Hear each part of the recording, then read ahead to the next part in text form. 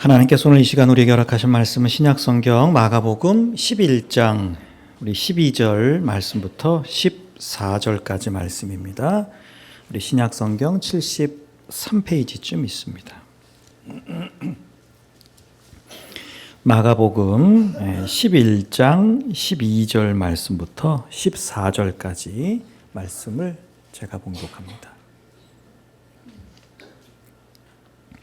봉독하겠습니다. 이튿날 그들이 베다니에서 나왔을 때에 예수께서 시장하신지라 멀리서 잎사귀 있는 한 무화과 나무를 보시고 혹 그 나무에 무엇이 있을까 하여 가셨더니 가서 보신즉 잎사귀 외에 아무것도 없더라. 이는 무화과의 때가 아님이라.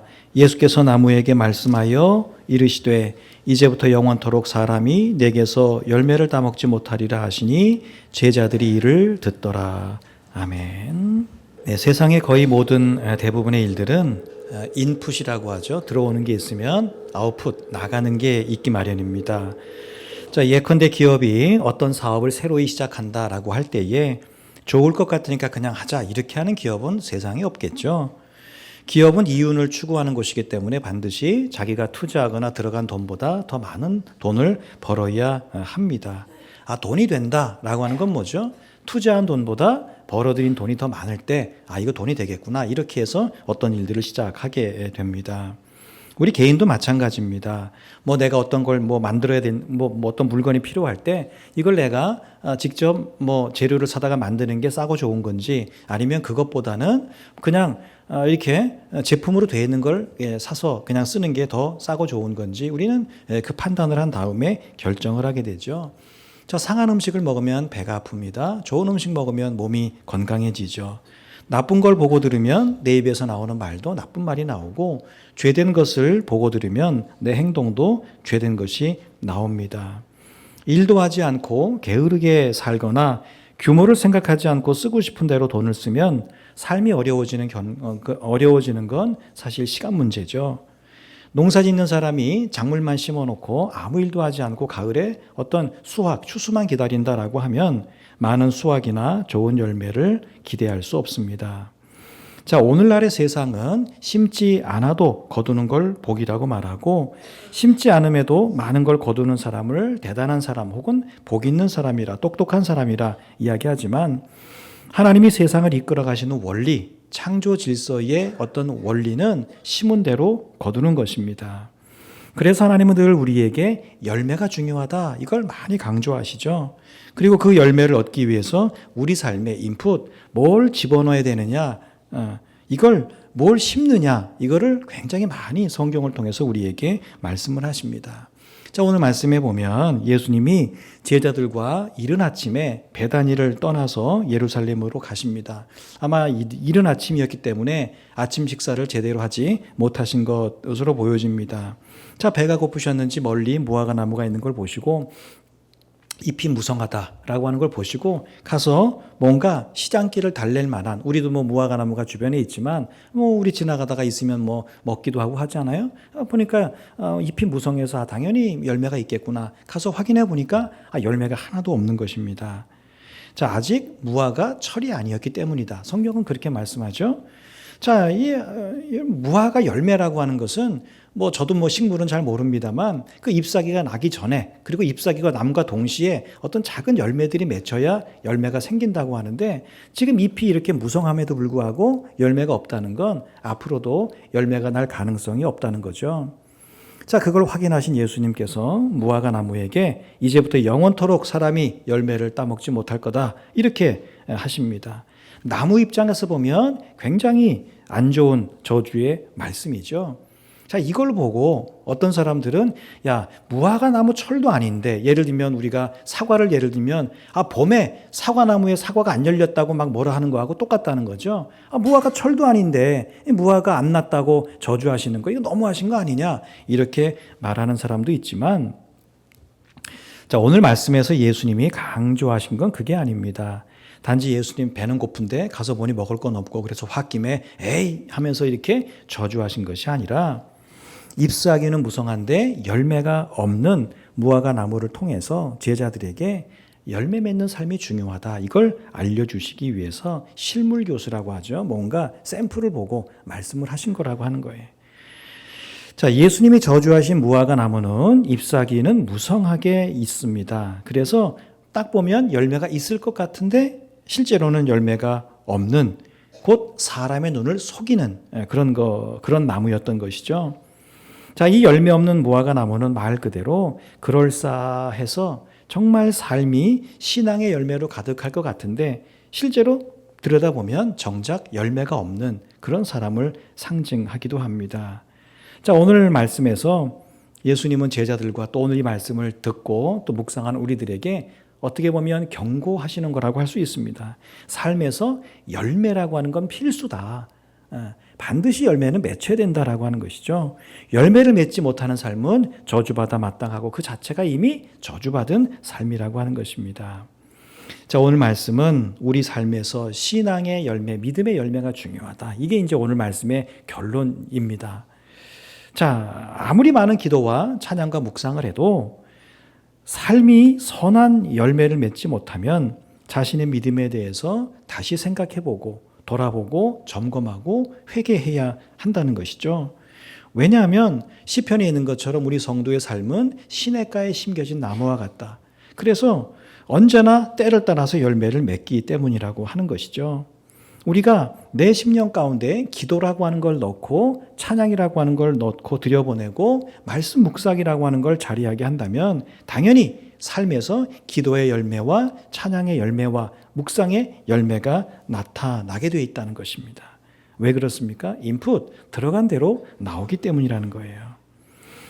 여러분, 반드시 그래서 우리는 열매 맺는 삶을 살아야 됩니다. 이건 이래도 되고 저래도 되는 문제가 아닌 것이죠.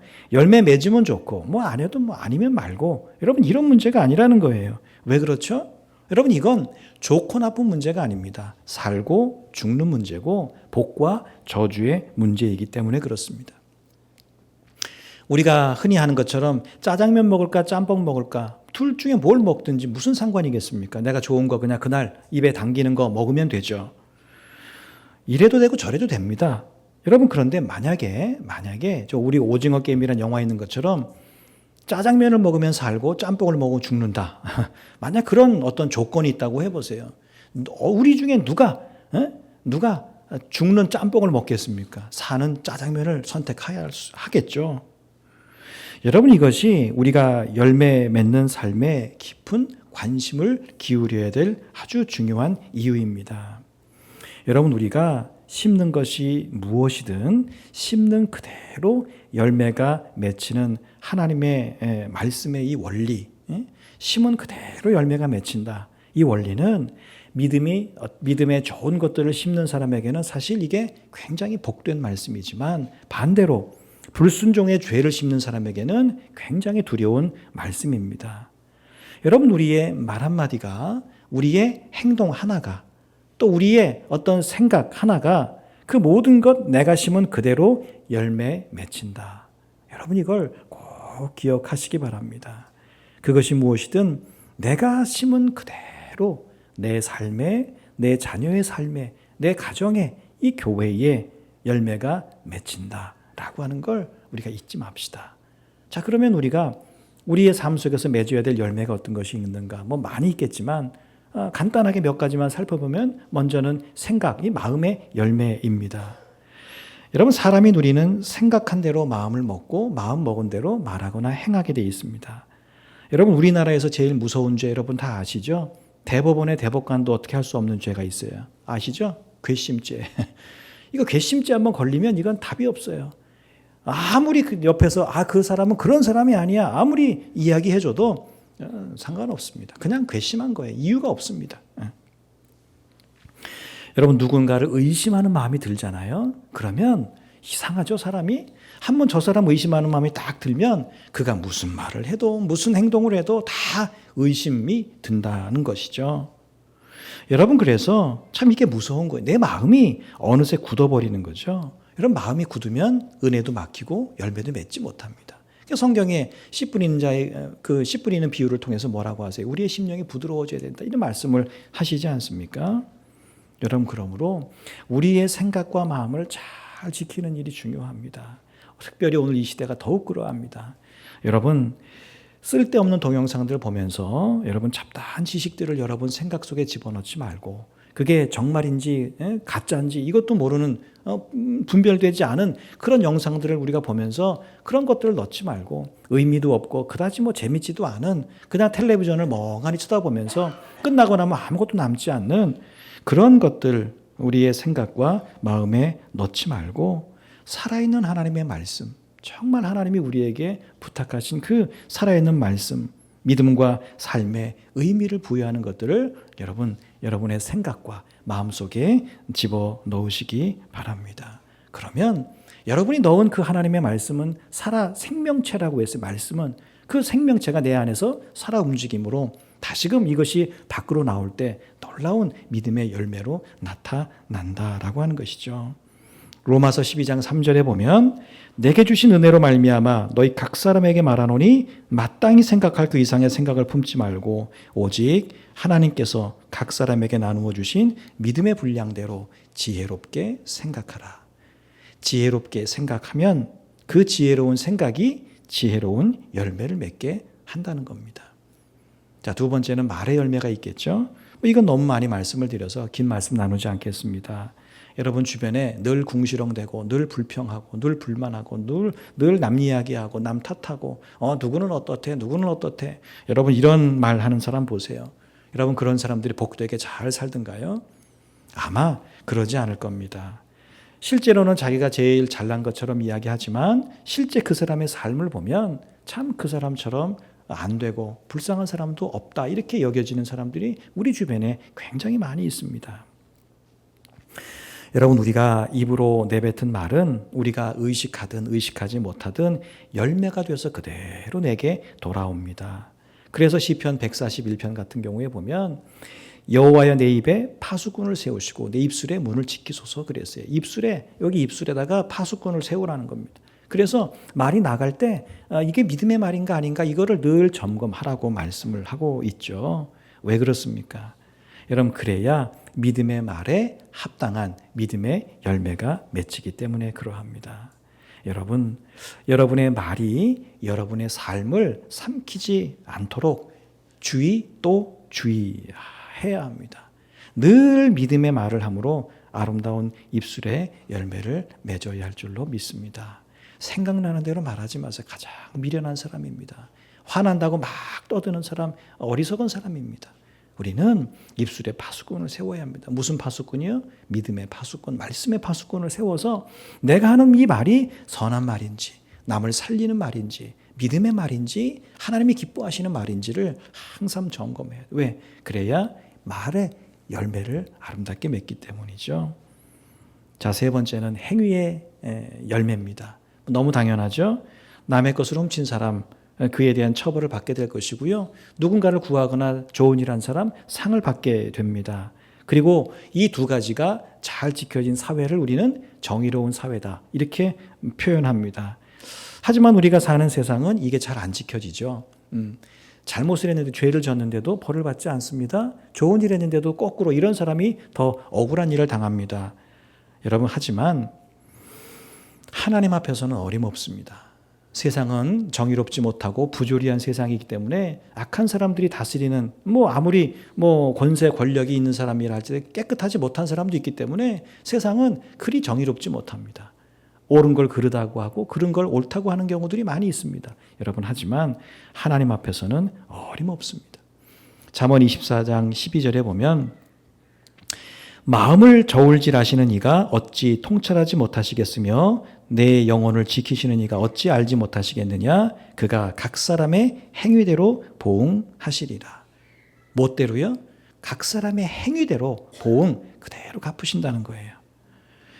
여러분, 하나님은 반드시 우리가 행동한 그대로 우리 삶의 열매로 나타나게 하시는 분입니다.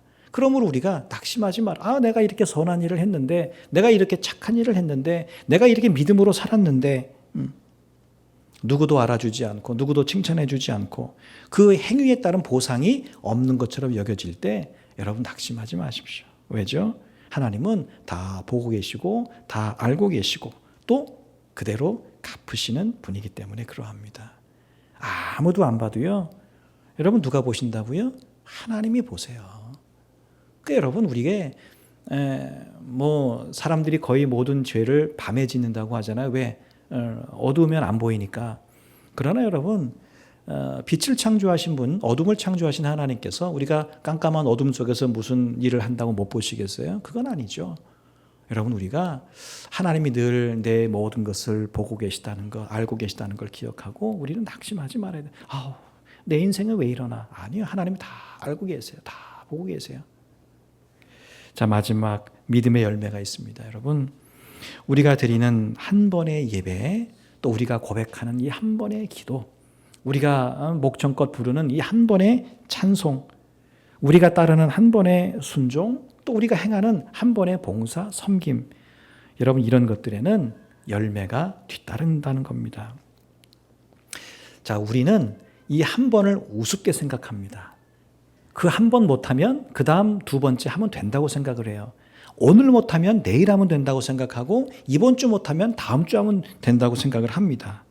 여러분 그렇지만 하나님은 그 한 번을 굉장히 소중하게 여기신다는 거예요.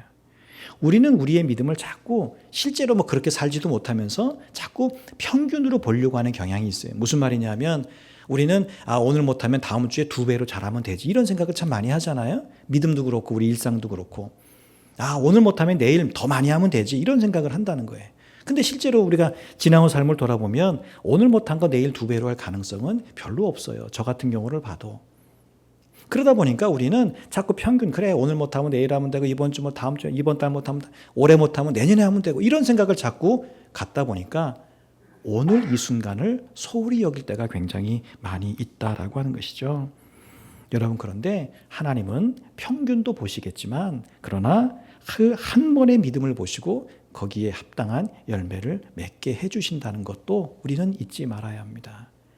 성경에 보면 한 번의 결단과 한 번의 순종으로 하나님의 은혜와 복을 누린 사람들이 어마어마하게 많이 나옵니다. 그 사람들이 매일 그렇게 한 게 아니에요. 평균적으로 잘한 사람도 있지만 정말 어느 순간 하나님 앞에 정말 할 수 없는 절대적인 순종을 함으로 하나님의 은혜를 받은 사람들이 참 많이 나온다는 것이죠. 여러분 하나님이 내게 언제 은혜를 베풀어 주실지 우리는 알지 못합니다. 하나님이 오늘 나를, 내 생명을 거두어 가실지 내일 거두어 가실지 우리는 알 수 없어요. 늘 말씀드리지만 오늘 우리는 이 드리는 예배를 내가 내 인생에서 가장 마지막 드리는 예배라는 생각을 가지고 예배를 드려야 합니다. 내가 오늘 새벽 제단을 쌓아서 기도했다, 내가 오늘 하나님 앞에 드리는, 내가 살아생전에 드리는 마지막 기도일 수 있다는 생각을 가지고 우리가 하나님 앞에 기도해야 한다라고 하는 것이죠. 여러분 그럴 때 여러분 우리 믿음의 그 믿음을 보시고 하나님이 거기에 합당한 열매를 허락해 주신다라고 하는 것이죠. 자, 마지막으로 이 모든 것이 합해진 삶의 열매라는 게 있습니다. 생각의 열매, 말의 열매, 또 행동의 열매, 또 믿음의 열매, 이런 것들이 서로 떨어진 게 아니죠. 다 연결이 되어 있습니다. 이런 것들이. 자, 이런 열매들이 모여서 결국 우리의 삶이라고 하는 걸 이루게 되는데, 여러분 이런 열매들이 맺히지 않고 좋지 않은 열매들을 맺으면 우리 삶은 열매 없는 삶, 나쁜 열매를 맺는 삶이 된다는 것이죠. 오늘 말씀해 보면, 자 반대로 우리가 열매를 맺고 좋은 열매들을 참 계속 맺어나가면 우리의 삶이 좋은 삶이 된다는 겁니다. 저는 여전히 늘 이렇게 살아갈 때마다 두려운 게 있습니다. 하나님 앞에서나 세상 가운데 내가 쓸모없는 인생을 살다 가지는 않을까, 이런 두려움 아닌 두려움이 가끔 듭니다. 나는 나름대로 열심히 산다고 살았는데 결과적으로 아무런 열매를 맺지 못하는 인생이 되는 건 아닌가. 훗날 하나님 앞에 섰을 때 하나님께서 내게 물으실 겁니다. 야, 너는 세상 가운데 살다가 내가 너에게 70이라는 인생을 줬는데, 80이라는 인생을 줬는데 너는 그 인생을 살다가 무슨 열매를 맺고 살았느냐, 이렇게 물으실 때에 이런 열매를 맺었습니다 대답하는 게 아니라 자꾸 내가 분주하게 살았던 삶만 자꾸 설명하고 변명하려고 정작 열매에 대해서는 한마디도 못하는 그런 삶을 아닐까, 이런 생각을 좀 스스로 해보게 됩니다. 여러분 그렇다고 해서 혹시 나는 열매가 부족하고 없는데 그렇다면 나는 끝인가? 여러분 이렇게 생각이 드는 분이 계세요? 여러분 걱정하지 마세요. 주님은 열매 없는 신앙을 경고하시지만 사실은 동시에 열매 맺는 자리로 우리를 초청하시는 거죠. 여러분 아무 열매도 생각나지 않는다. 올해 이제 오늘 마지막 주일인데 올해 내가 아무리 생각해봐도 말이나 행동이나 뭐 어떤 것에 내가 열매가 없는 것 같아. 여러분 그러면 아이고 나는 끝이구나 이렇게 생각하지 말고 새해에는 반드시 이런 열매들을 맺겠노라 결심하고 그걸 넘어서 결단하고 오늘부터라도 실제 삶에서 열매 맺는 삶을 살아가십시다. 여러분 그러면 하나님은 결국 우리 삶을 아름다운 생각과 말과 행동과 믿음의 열매들로 채우사 올 한 해보다 낫고 또 정말 지금까지 살아온 모든 삶의 순간보다 더 나은 2026년 한 해가 되게 하실 겁니다. 자, 여기까지 말씀을 나누다 보니까 우리 생각에 무슨 생각이 드냐면 인풋 그래 내가 좋은 믿음의 것들을 자꾸 내 안에 집어넣어야 되겠구나 이런 생각을 우리가 할 수 있습니다. 그걸 넣지 못하면 아이고 좀 위축되고 뭔가 좀 그런 마음이 드시죠. 여러분 그럴 때 요한복음 말씀을 생각하시기 바랍니다. 요한복음 15장 여러분 성경 많이 읽어보시면 요한복음 15장 무슨 말씀인지 좀 떠오르실 거예요. 포도나무와 가지의 비유죠. 여러분 가지가 열매를 맺는 이유가 15장에는 딱 하나 나옵니다. 가지가 노력하지 않아요. 거기 보면 우리가 요한복음 15장에 보면 가지가 포도 열매를 맺는 아주 중요한 어떤 그 이유 원리가 하나 나오죠. 그건 뭐죠? 나무에 붙어 있을 때. 자, 오늘 말씀의 내용은 우리가 좋은 믿음의 것들을 많이 집어넣으십시다라고 하는 게 사실은 결론이에요. 근데 이렇게 결론을 제가 맺고 보니까 그럼 우리가 더 노력해야 되겠구나, 더 애를 써야 되겠구나, 더 믿음으로 살아야 되겠구나 이런 결론이 나더라고요. 굉장히 좀 이렇게 압박이 됐어요. 근데 여러분 그것도 맞아요. 그런데 더 중요한 건 뭐예요? 우리가 예수님에게 꼭 붙어 있는 거예요. 예수님 안에 거하는 거예요. 열매는 내가 맺는 게 아니라 내 안에 계신 성령께서 내가 예수 그리스도 안에 있고 내가 예수 그리스도에게 붙어 있을 때 내 안에 성령께서 나로 하여금 맺게 하시는 게 뭐다? 열매라고 하는 거예요. 여러분 그러니까 교회를 떠나면 안 돼. 믿음을 떠나면 안 돼. 예수님을 떠나면 안 되는 거예요. 늘 거기에 붙어 있고 오늘 인풋 노력하고 애쓰고 기도하고 찬양하고 좋은 걸 자꾸 집어넣는 것도 어디 안에서? 예수 그리스도 안에서 해야 되는 거지. 그거 떠나서 그냥 노력만 한다고 해서 우리가 열매를 맺는 건 아니라고 하는 것이죠. 주님 안에 거할 때 성령께서 우리 안에 열매를 맺게 하신다. 요거 어떻게 보면 더 중요한 결론이라고 할 수 있습니다. 여러분 오늘 한 해의 마지막 주일입니다. 주님께서 우리를 정죄하려고 야, 너 왜 그동안 열매 맺는 삶도 못 살았니? 왜 그렇게 살았니? 이렇게 자꾸 뭐라고 하시려고 오늘 이 말씀을 주신 게 아니라 새해를 시작함에 앞서서 열매 맺는 삶을 좀 생각해라. 이제 인생이 얼마 살지 모르지만 열매가 있는 인생, 열매가 있는 삶을 살고 내년 한 해도 그렇게 시작하라고 오늘 이 말씀을 주셨습니다. 입수하기만 무성한 말만 많이 하는 믿음의 모양만 있는 그런 우리의 신앙이 아니라 주님이 기뻐하시는 열매가 있는 삶, 열매가 있는 믿음으로 나아가야 할 줄로 믿습니다. 주님 안에 거하고 또 은혜 안에 거하면 성령께서 반드시 열매를 자라게 하시는 줄로 믿습니다. 주님께 꼭 붙어 있고 그 붙어 있으면서 우리가 또 감당해야 될 것들을 감당해 나갈 때 2026년 하나님 보시기에 말 그대로 열매가 있는 한 해로 저와 여러분의 삶을 채워주실 줄로 믿습니다. 남은 며칠 또 내년 한 해 그렇게 사는 여러분 되시기를 주의 이름으로 축복합니다.